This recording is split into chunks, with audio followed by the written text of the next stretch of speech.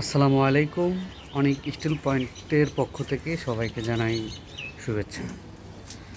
আমরা আজকে এই বারান্দার কাজটি কমপ্লিট করলাম। যে বারান্দাতে ব্যবহার করেছি আমরা স্টিল টেকের 1 মিলি মাল, দেখতে পাচ্ছেন লেজার কাটিংটা।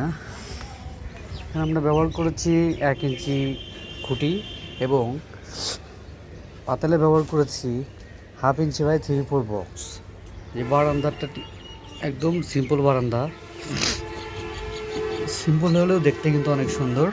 আপনারা চাইলে আমাদের সাথে যোগাযোগ করতে পারেন। ধন্যবাদ।